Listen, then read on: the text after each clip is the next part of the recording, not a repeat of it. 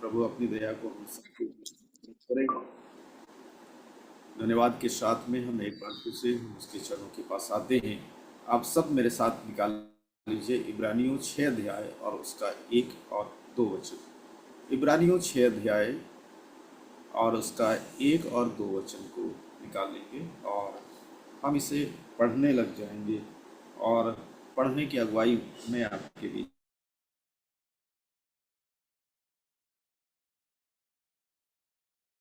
में करता हूँ। इसलिए आओ मुक्ता की ओर आगे बढ़ते जाएं और मरे हुए कामों से मन फिराने और परमेश्वर पर विश्वास करने और बपतिस्मों और हाथ रखने और मरे हुओं के जी उठने और अंतिम न्याय की शिक्षा रूपी नींव फिर से न डालें। आमीन। धन्यवाद देते पिता परमेश्वर इस सुंदर वचन के लिए। प्रभु यीशु के नाम से आपने नींव की शिक्षा के लिए इस वचन को रखा है।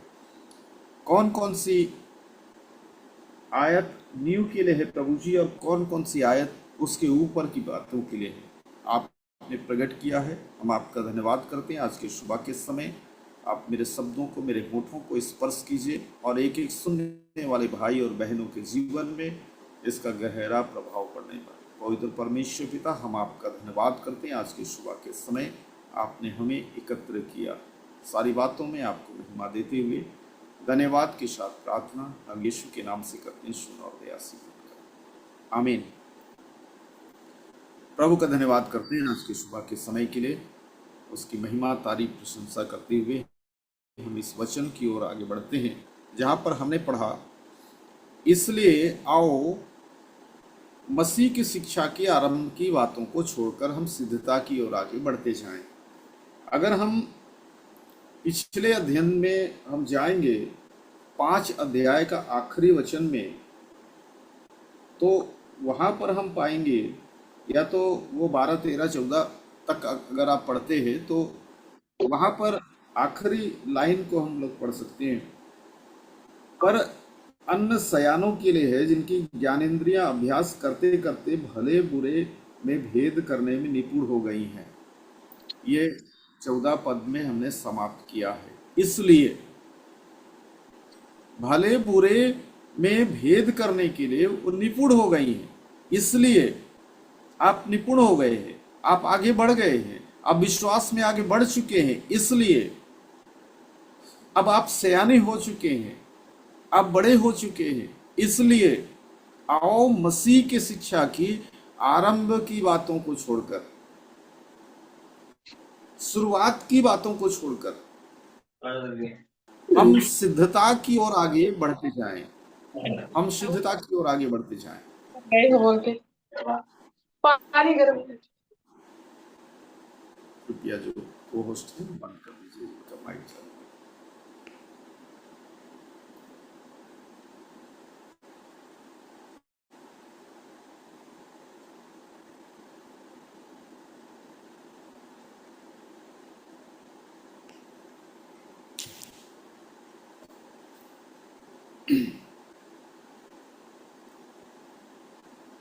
तो इब्रानियों का जो लेखक है, परमेश्वर की अगुवाई में इस बात को शिक्षा देने के लिए उन इब्री लोगों को जो मसीह बन चुके हैं और वहीं रहना चाहते हैं, ऊपर उठना नहीं चाहते हैं विरोध के कारण और चीजों के कारण, और उनको यह शिक्षा दिया जा रहा है कि मसीह की शिक्षा की आरंभ की बातों को छोड़ें। अब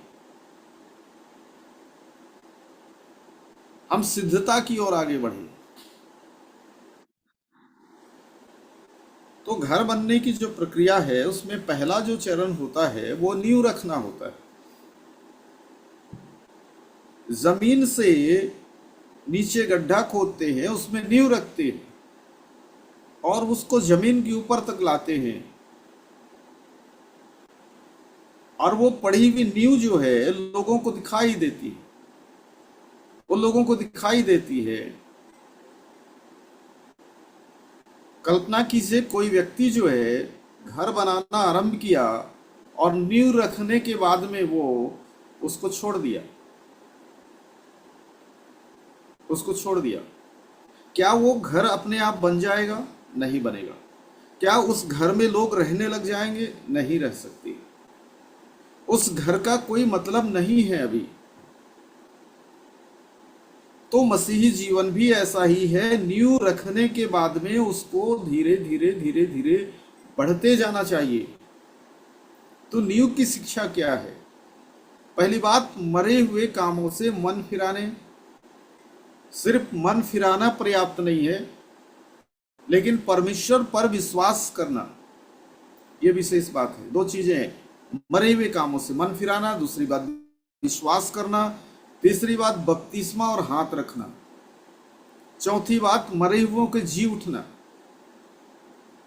अंतिम न्याय शिक्षा रूपी नेव फिर से ना डालें। ये शिक्षा जो है ये न्यू की शिक्षा है, ये न्यू की शिक्षा है, नीचे की शिक्षा है। जब एक बार एक व्यक्ति इसको सीख जाता है तो उसके ऊपर में रद्दा रखा जाएगा, अर्थात ठोस आहार उसको मिलेगा, और वो धीरे धीरे धीरे धीरे धीरे धीरे वो बढ़ता चला जाएगा, बढ़ता चला जाएगा। तो परमेश्वर पिता का धन्यवाद करते हैं। इब्रानियों की किताब में लिखा गया ये 6वें अध्याय में परमेश्वर पिता हमें आत्मिक परिपूर्णता, आत्मिक परिपक्वता की ओर हमें ले जाना चाहते हैं। बाइबल बता रही कि मसीही विश्वास सिर्फ नींव पर टिके रहना नहीं है, सिर्फ मन फिरा लिया पर्याप्त नहीं है, सिर्फ बपतिस्मा ले लिया पर्याप्त नहीं है, सिर्फ विश्वास कर लिया पर्याप्त नहीं है, लेकिन उससे आगे बढ़ करके उसको सिद्धता की ओर आगे बढ़ना है। और ये एकदम क्रमानुसार होगा, क्रमबद्ध तरीके से होगा, क्रम अनुसार होगा। तो परमेश्वर पिता का पहली बात, मरे हुए कामों से मन फिराना। आप नोट कर सकते हैं, मरे हुए कामों से मन फिराना, ये पहली बात है। मरा हुआ काम क्या है? मरा हुआ काम क्या है? मरे हुए कामों से मन फिराना। मरे हुए काम जिसको करने से कोई भी आत्मिक जीवन नहीं है उसके अंदर में। मरा हुआ चीज, मरी हुई वस्तु, मरे हुए जानवर, मरा हुआ व्यक्ति कोई काम कर नहीं सकता। तो मरे हुए काम अर्थात पाप, मरे हुए कामों से मन फिराना, पाप।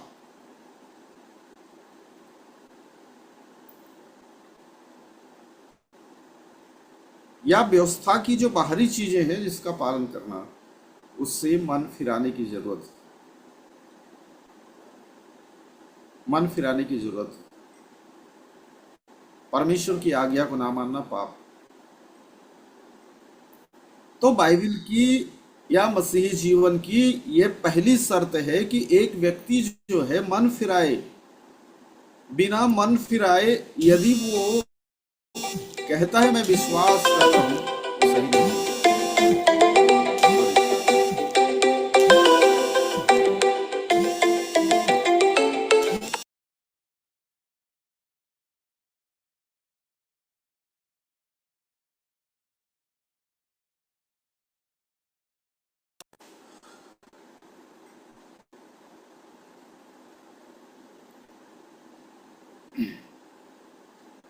सॉरी।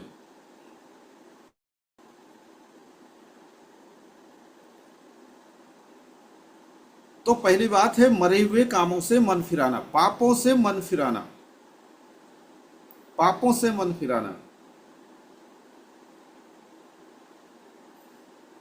तो पहले जो यहूदी हैं और जो लोग मसीह यीशु को नहीं मानते हैं या तो पहले पहले विश्वास में आ रहे हैं, वो मूसा की जो व्यवस्था है और उसके बंधन में है। इसलिए लेखक कह रहा है कि ये सारी चीजें जो न्यू की शिक्षा है इसको छोड़ना है, कुछ और आगे बढ़ना है, और आगे बढ़ना है। अर्थात मन फिराना है, और विश्वास करना है। मन फिराना है, विश्वास करना है। ये पहली शिक्षा है, पहली क्लास की शिक्षा है। कुछ पद को देख सकते हैं, प्रेरितों काम 20 अध्याय उसका 21 वचन में। प्रेरितों काम 20 अध्याय और उसका 21 वचन में लिखा हुआ है, वरन यहूदियों और यूनानियों के सामने गवाही देता रहा कि परमेश्वर की ओर फिरना, मन फिराना, परमेश्वर की ओर मन फिराना और हमारे प्रभु यीशु मसीह पर विश्वास करना चाहिए। परमेश्वर की ओर फिरना चाहिए। एक व्यक्ति जो पाप कर रहा है, एक व्यक्ति जो गलत काम कर रहा है, एक व्यक्ति जो समाज के अंदर में कुछ ऐसा काम करता है, मान लीजिए हत्या करता है, मान लीजिए चोरी करता है, जो पाप है, और उसको 5 साल तक जेल में डाल दिया जाएगा, चोरी नहीं करेगा वहां, लेकिन वापस आएगा तो उसके अंदर जो चोरी करने की प्रवृत्ति हो खत्म नहीं होगी। जहां मौका मिलेगा उसको वो चोरी करेगा। इसलिए एक व्यक्ति जो है मन फिरा लिया, एक व्यक्ति पहले जैसा काम नहीं कर रहा है, उस व्यक्ति को चाहिए कि परमेश्वर की ओर फिरे और प्रभु यीशु पर विश्वास करे, प्रभु यीशु पर विश्वास करे। अगर वो प्रभु यीशु पर विश्वास करेगा, फिर से चोरी नहीं करेगा, फिर से हत्या नहीं करेगा, क्योंकि प्रभु यीशु का जो स्वभाव है उसके अंदर में आ जाएगा। मरकुस 1 और उसका 15 वचन, मरकुस रचित समाचार 1 अध्याय और उसका 15 वचन। मन फिराना और विश्वास करना ये जरूरी है। प्रभु यीशु स्वयं कहते हैं, परमेश्वर का राज निकट आ गया है, समय पूरा हुआ है और परमेश्वर का राज निकट आ गया है। मन फिराओ और सुसमाचार पर विश्वास करो। ये शिक्षा पहली क्लास की है, पहले नींव की शिक्षा है, और मुझे यहां पर इसलिए बताना है क्योंकि ये नींव की शिक्षा है, क्योंकि ये नींव की शिक्षा है। और बाइबल बताती है कि नींव की शिक्षा को, नींव की बातों को कितना आप बार बार आप रिपीट करो।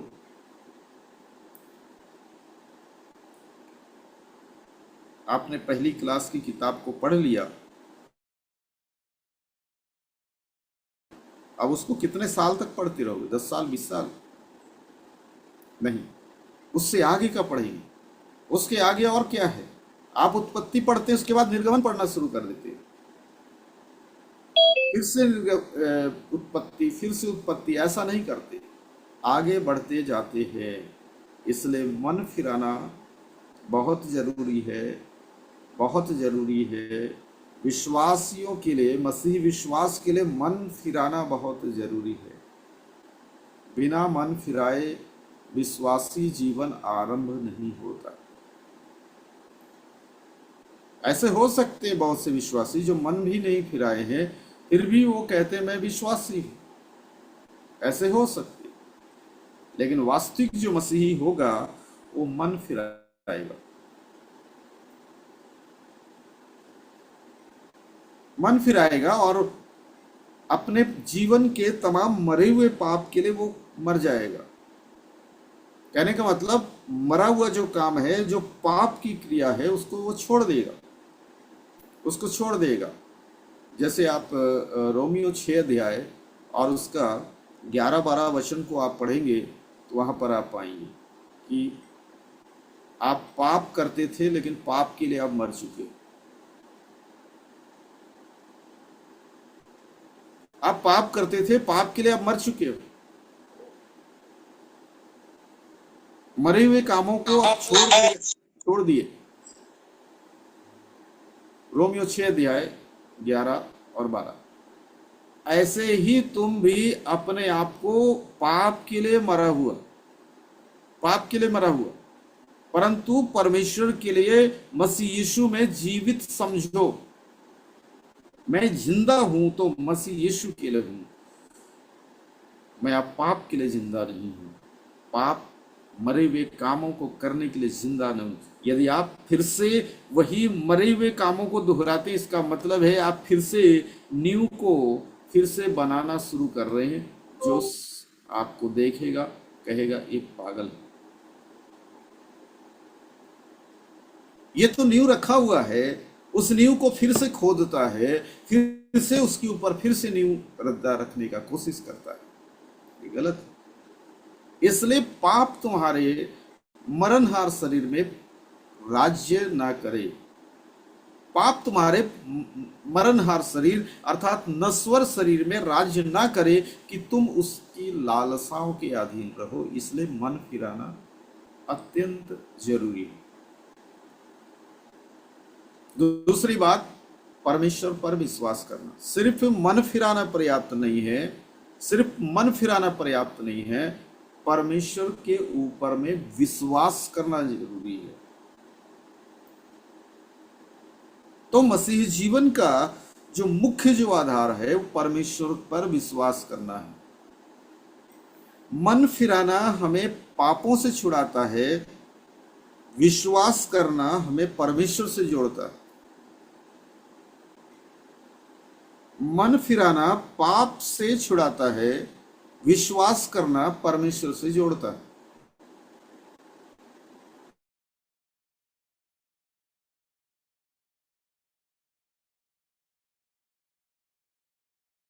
नहीं,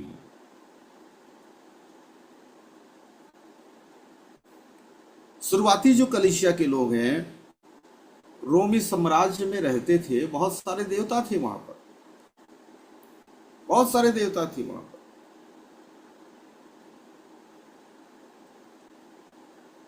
लेकिन विश्वासी वहां पर सिर्फ और सिर्फ यीशु मसीह पर, परमेश्वर के ऊपर विश्वास करते थे, सिर्फ परमेश्वर पर विश्वास करते थे। ये उनके लिए बहुत बड़ी गवाही थी, बड़ी गवाही थी।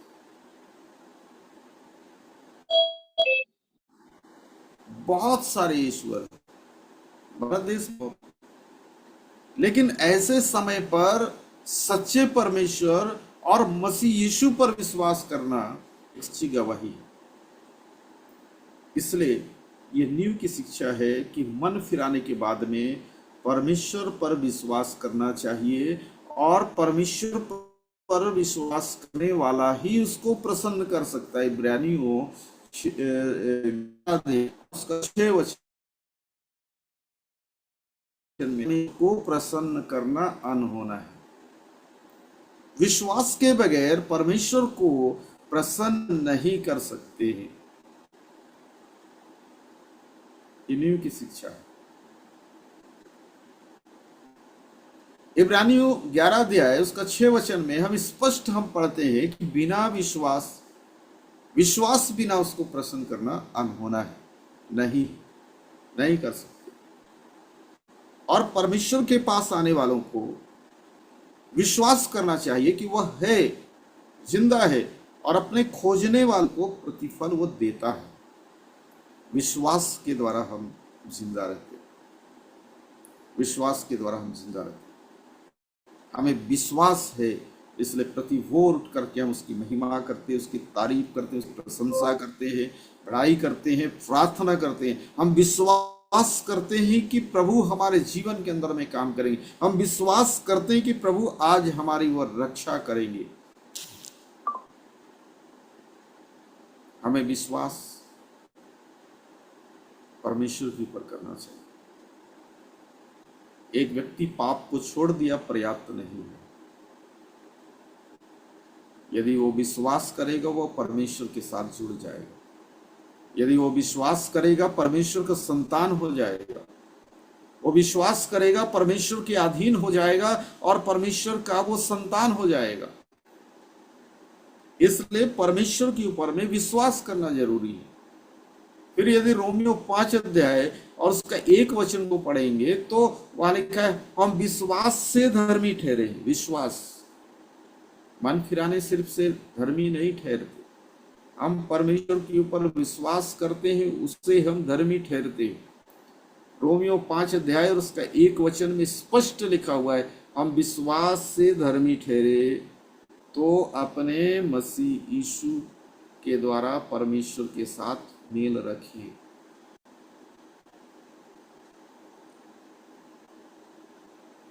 परमेश्वर के साथ में मेल मिलाप रखने के लिए हमें मन फिराने की जरूरत है और उसके बाद में परमेश्वर के ऊपर विश्वास करने की जरूरत है, और वो यीशु मसीह के साथ।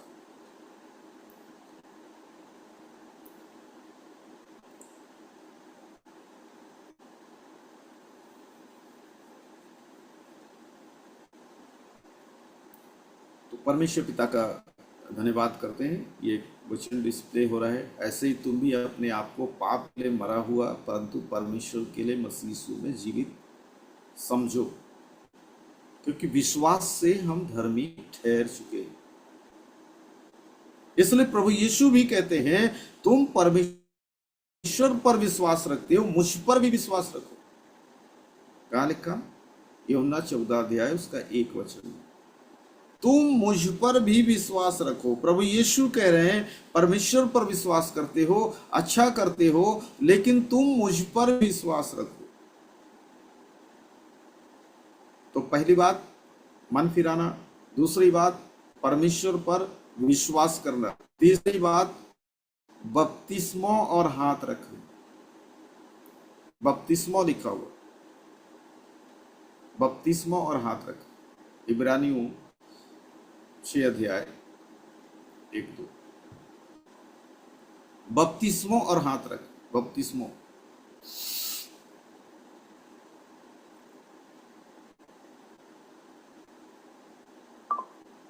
तो बपतिस्मा क्या है?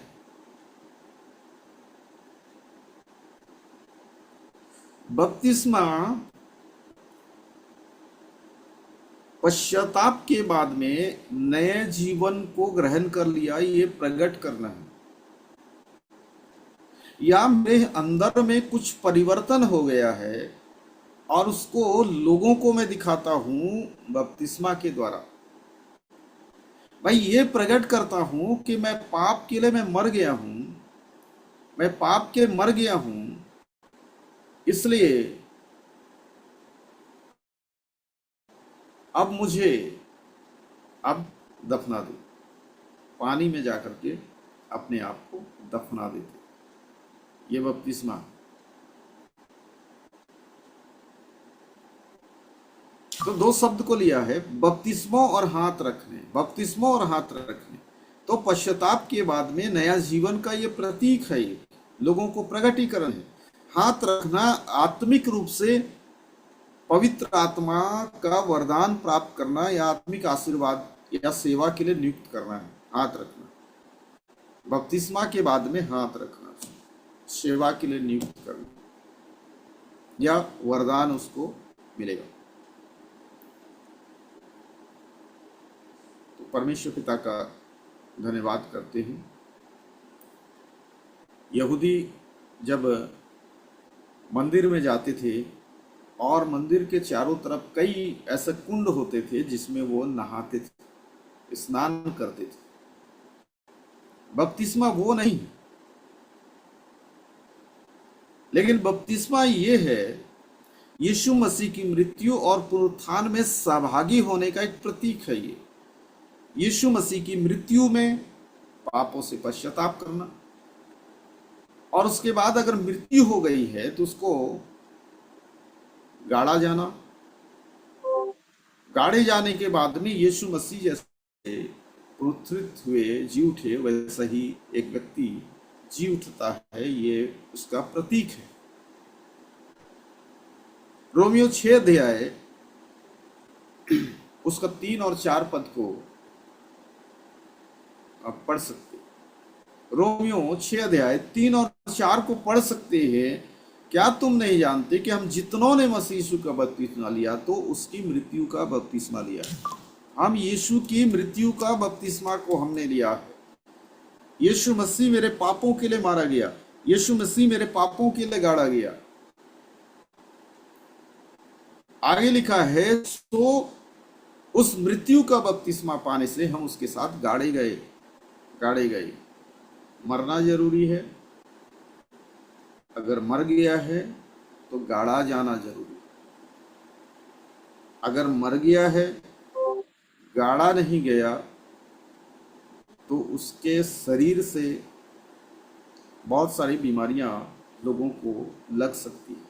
इसलिए उसको गाड़ा जाना जरूरी है, इसलिए उसको बपतिस्मा जरूरी है। जो व्यक्ति कहता है मैं मन फिरा लिया हूं, और जो व्यक्ति कहता है मैं परमेश्वर पर विश्वास कर लिया हूं, तो उसको चाहिए कि वो बपतिस्मा ले। बपतिस्मा ले अर्थात वो गाड़ा जाए, अर्थात वो गाड़ा जाए।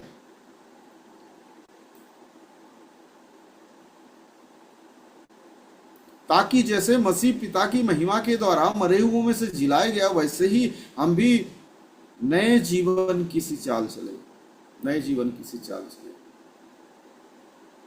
मेरा पुराना जीवन खत्म हो गया, मेरा नया जीवन शुरू हो गया। यही तो होता है। अगर एक व्यक्ति कलीसिया में आता है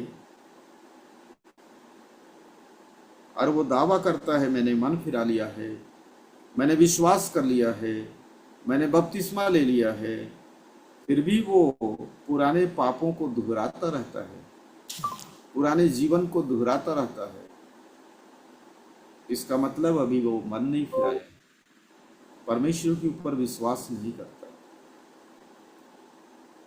परमेश्वर के ऊपर विश्वास नहीं करता।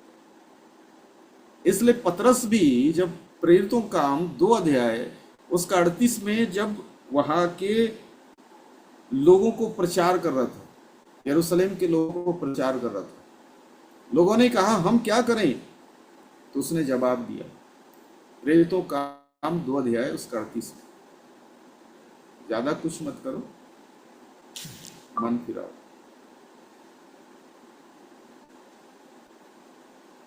मन फिराओ और यीशु मसीह के नाम से बपतिस्मा ले लो। मन फिराओ।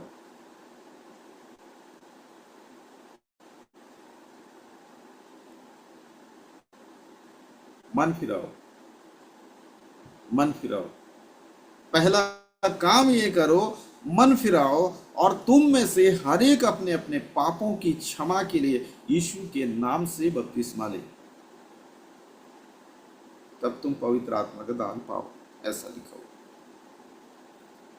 तो मन फिराना, परमेश्वर पर विश्वास करना, बपतिस्मा लेना बहुत जरूरी है। जी, उसके आगे का हम पढ़ेंगे। हाथ रखना क्या है भाई, क्यों हाथ रखना है?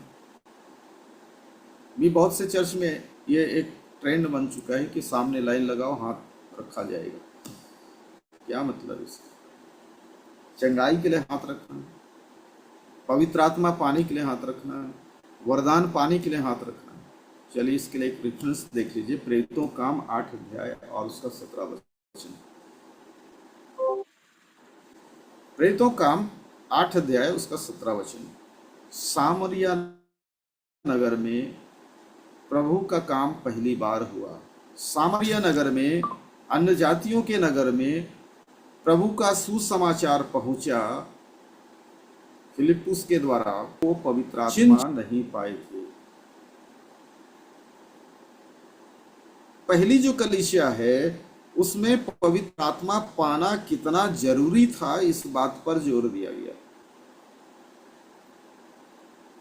पवित्र आत्मा को ग्रहण करना, पवित्र आत्मा को पाना कितना जरूरी था, यह समझ में आता। फिलिप्पुस तो 8 अध्याय में वो यरूशलेम से सामरिया में आ गया, वहां चिन्ह चमत्कार हुआ, लोग विश्वास किए, बपतिस्मा ले लिए, लेकिन पवित्र आत्मा नहीं पाए थे। इसलिए यूहन्ना और पतरस को वहां से भेजा गया कि आप लोग जाओ, उनके पर हाथ रखो और वो पवित्र आत्मा वो पा जाए। तो 17 वचन में लिखा है, प्रेरितों काम 8 अध्याय उसका 17 वचन में, तब उन्होंने उन पर हाथ रखे, उन्होंने पवित्र आत्मा पाया।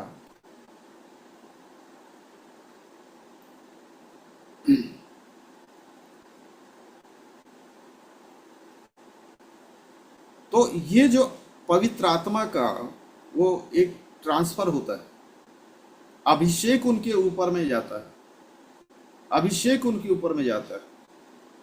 मैं अगर पवित्र आत्मा से भरा हूं, मेरे पास पवित्र आत्मा है, और पवित्र आत्मा से परिपूर्ण जब मैं हूं, तब मैं किसी के ऊपर हाथ रखूंगा तो पवित्र आत्मा उसके ऊपर में आएगा।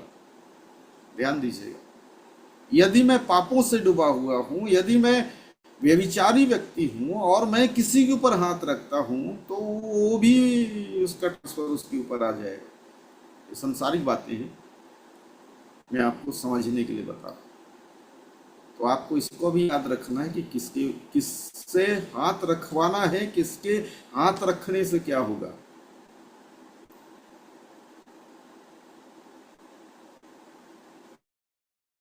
तो पतरस और यूहन्ना पवित्र आत्मा से भरे हुए यरूशलेम से आए, और उनके हाथ रखने से लोगों को पवित्र आत्मा मिला। ये मिला।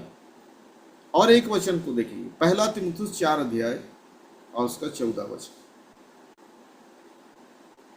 पहला तीमुथियुस 4 अध्याय और उसका 14 वचन। हाथ रखने से पवित्र आत्मा का वरदान दिया गया। देखिए, पहला तीमुथियुस 4 अध्याय 14 वचन, उसमें पौलुस तीमुथियुस को बता रहा है, उस वरदान से जो तुझ में है। पौलुस तीमुथियुस को कह रहे हैं, जो वरदान तुझ में है। पौलुस तीमुथियुस के जीवनी को पढ़ेंगे तो बहुत सारे वरदान उसके अंदर में जो तुझ में है, और भविष्यवाणी के द्वारा प्राचीनों के हाथ रखते समय तुझे मिला था, निश्चिंत मत रह। वो साधारण बात नहीं है।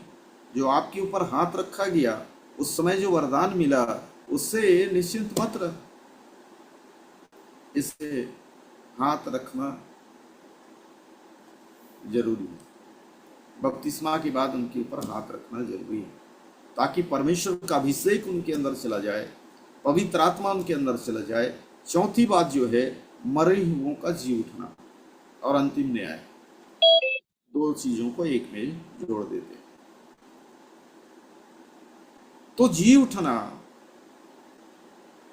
मरे हुओं का जी उठना,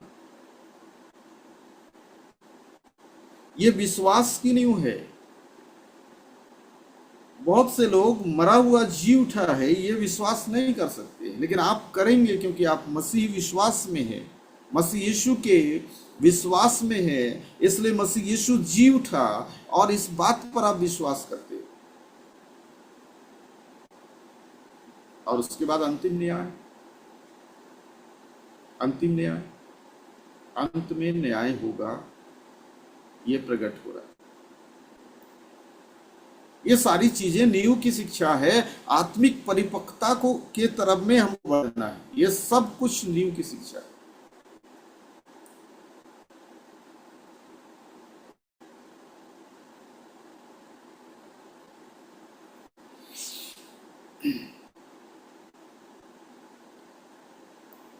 मरे हुए को जी में लिखा है, जब तुरही फूंकी जाएगी, प्रभु यीशु मसीह बादलों पर आएंगे, तो मरे हुए कब्रों से निकलेंगे वो।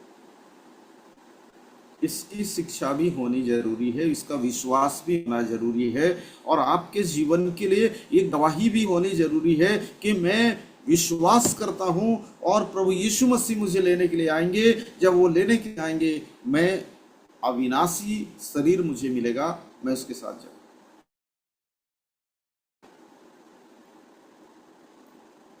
मैं उसके साथ जाऊं। यूहन्ना 5 अध्याय उसका 28-29 को अगर पढ़ेंगे तो लिखा है, जितने कब्रों में है उसका शब्द सुनकर निकलेंगे। ये सत्य है, और सत्य है, और सत्य है। उसका शब्द को सुनेंगे और निकलेंगे। लाश, कितने सालों का लाश होगा वहां पर, वो लोग भी प्रभु यीशु के शब्दों को सुन के जिंदा होके निकल आएंगे, क्योंकि उनका फिर न्याय होगा। जिन्होंने भलाई की है, जीवन के पुनरुत्थान के लिए जी उठेंगे। जिन्होंने बुराई की है, वे दंड के पुनरुत्थान के लिए जी उठेंगे। न्याय होगा, अंतिम न्याय।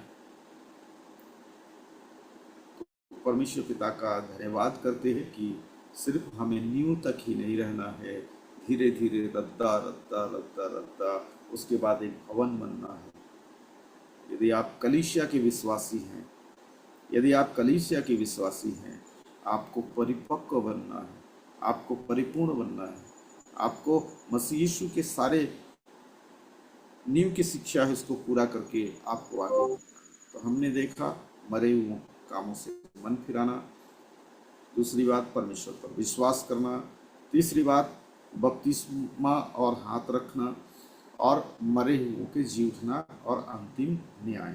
ये चार चीज़ों को हमने देखा। प्रभु आप सबको बहुत आयत का